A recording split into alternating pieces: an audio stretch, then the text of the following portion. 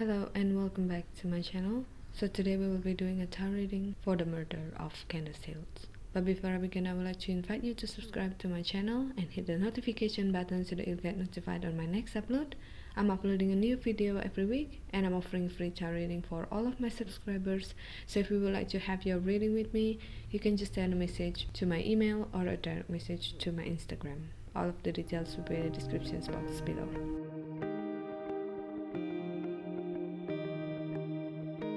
Candace Hiltz was a 17-year-old single mother, a junior at Brigham Young University, and a newly accepted student to be at Stanford Law School. She dreamed of becoming a Supreme Court justice, but all of that was destroyed when she was brutally murdered. On August 10, 2006, a deputy from the Fremont County Sheriff's Department in Colorado arrived at Hiltz's family home. He questioned Dolores Hiltz in regard to the whereabouts of her son James. Sometime during the questioning, Dolores' daughter Candace became angry by his demeanor and told him to leave. The deputy threatened to arrest Candace, who then threatened to expose him for taking bribes from local drug dealers. 3 days later, the Hiltz family dog went missing and was later found tied to a tree and had been killed. 2 days later, on August 15th, Dolores left the home to run some errands. When she arrived home 3 hours later, she found her granddaughter unsupervised and crying in her crib. There were pools of blood on the floor and drag marks. Dolores made a grisly discovery of Candace's body. She had been shot multiple times, wrapped in a green comforter, and shoved beneath a bed. The investigation was shoddy from the beginning. The crime scene wasn't protected and sealed. Evidence was left behind, and the prime suspect was Candace's brother James. After he was apprehended, he was charged for breaking into a home and stealing some items, but not the murder of his sister. Candace's autopsy showed she had been shot by two to three different weapons, and at least 2 assailants, as several shots were projected into her front and back simultaneously. However, there were several errors and contradictions in the report. Then, out of nowhere, a man who purchased an abandoned storage unit discovered vital pieces of evidence related to the murder owned by the deputy who ran the entire investigation, the one who had altercation with Candace. Theories began to build up accusing the sheriff's department of a cover-up and even being complicit in the murder itself. Alright, so let's just start with the reading.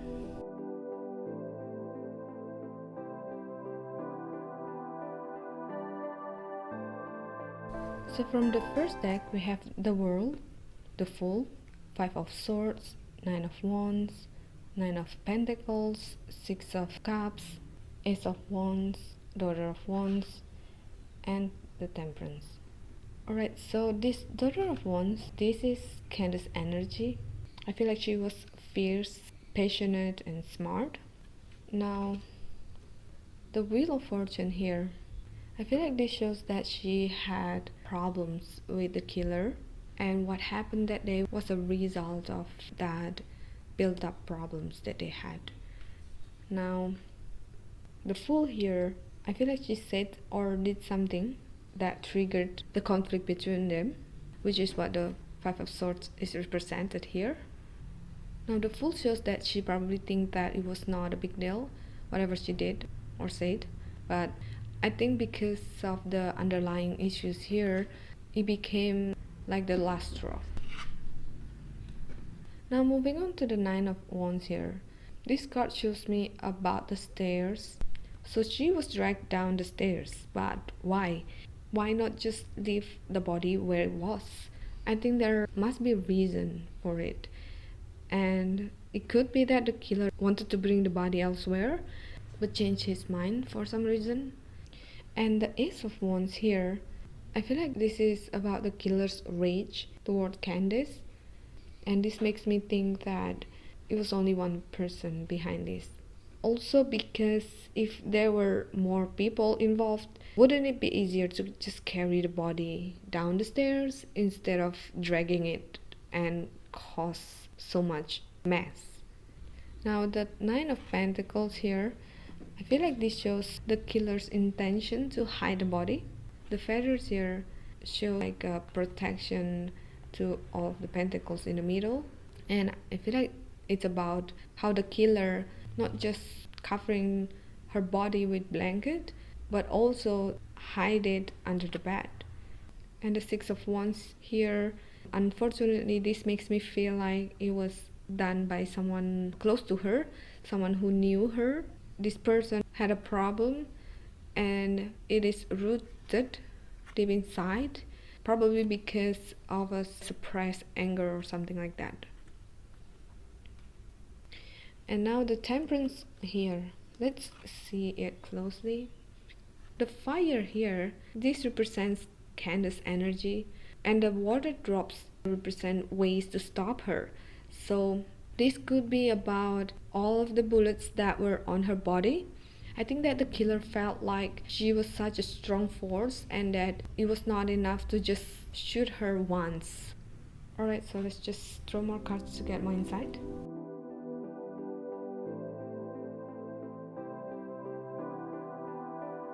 So from the second deck we have Four of Pentacles, Ace of Pentacles, Three of Pentacles, Three of Swords, Five of Swords, Knight of Pentacles, Queen of Pentacles, the Emperor, and Seven of Chalices. Alright, so from the second deck we have two people's energy, the Knight of Pentacles and the Queen of Pentacles. Let's read one by one. Starting with the Knight of Pentacles here. I feel like this is the killer's energy, especially because on top of him there are Five of Swords and Three of Swords. And Five of Swords is the repeating card here. And he was all over the place, which could explain the crime scene. And the Three of Swords here is about Candace being defeated and the fact that all the swords are at her back. It was like she was stabbed from the back, not literally, but it's just like she didn't think that this person would do such a thing. Now moving on to the three cards over here. These are all pentacles. These are about the killer's energy. The Four of Pentacles here, it shows that he's reserved, he was protecting himself, or that he was hiding something. The Three of Pentacles here shows that he was building up walls or some sort of border to keep people away from him or to keep his secrets safe. And now the Ace of Pentacles here, the door here, for me, it feels like he could easily access the house or that he was welcomed by Candace. So just like I said, I think that Candace knew the killer and she was not expecting that they to turn out like that. Now moving on to the Queen of Pentacles here. This is her mom's energy, and the pentacles that she's holding here is a symbol of her mother's hope. I feel like she's holding on to this hope that one day justice will be served, and therefore she keeps on pushing the police to solve this case. And the Emperor here, this is the police energy, and this is under her because she's trying to push the police to investigate further, and also because she suspects one of them to be the one responsible for her daughter's death. Now the Seven of Chalices here. There are two messages from this card. The first is that this is about the evidence. I think that it wasn't handled properly, well, clearly. This caused the case to be harder than it should to be solved. And the second message is that now that it isn't solved, the cups here represent all of theories out there that are going around, and I feel like the police who are investigating this or the people around the victim have their own speculation, like they're quite sure about who was behind this, but they can't do much about it. Now to the shadow cards. The first shadow card is the Five of Pentacles. From this card, I feel a sense of remorse. So I feel like someone is having this feeling, but I'm not sure who that someone is because this is only a shadow card, so it's not as clear as other cards. And the chariot here, this card is talking about the movement, which could be about the mobility that the killer had or still has, or the fact that the killer is not in prison right now. Now the oracle cards that we have are clear your space, all is well, and victory.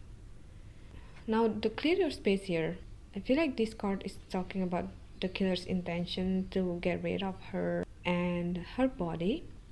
Now the all is well here, I feel like the message from this card is to not just look at the surface or what was presented by the media. We should dig deeper and ask a lot more questions.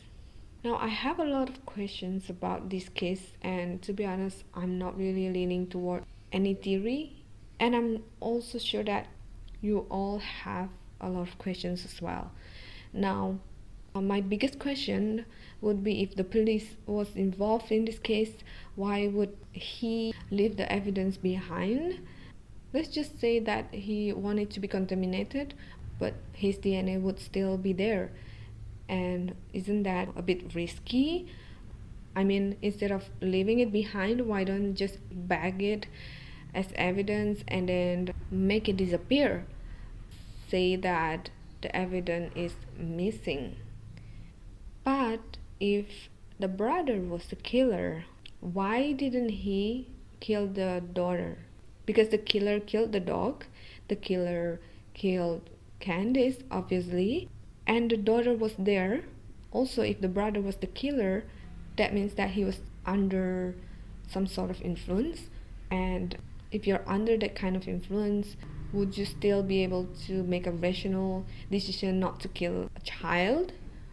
Yeah, so tons of questions surrounding this case.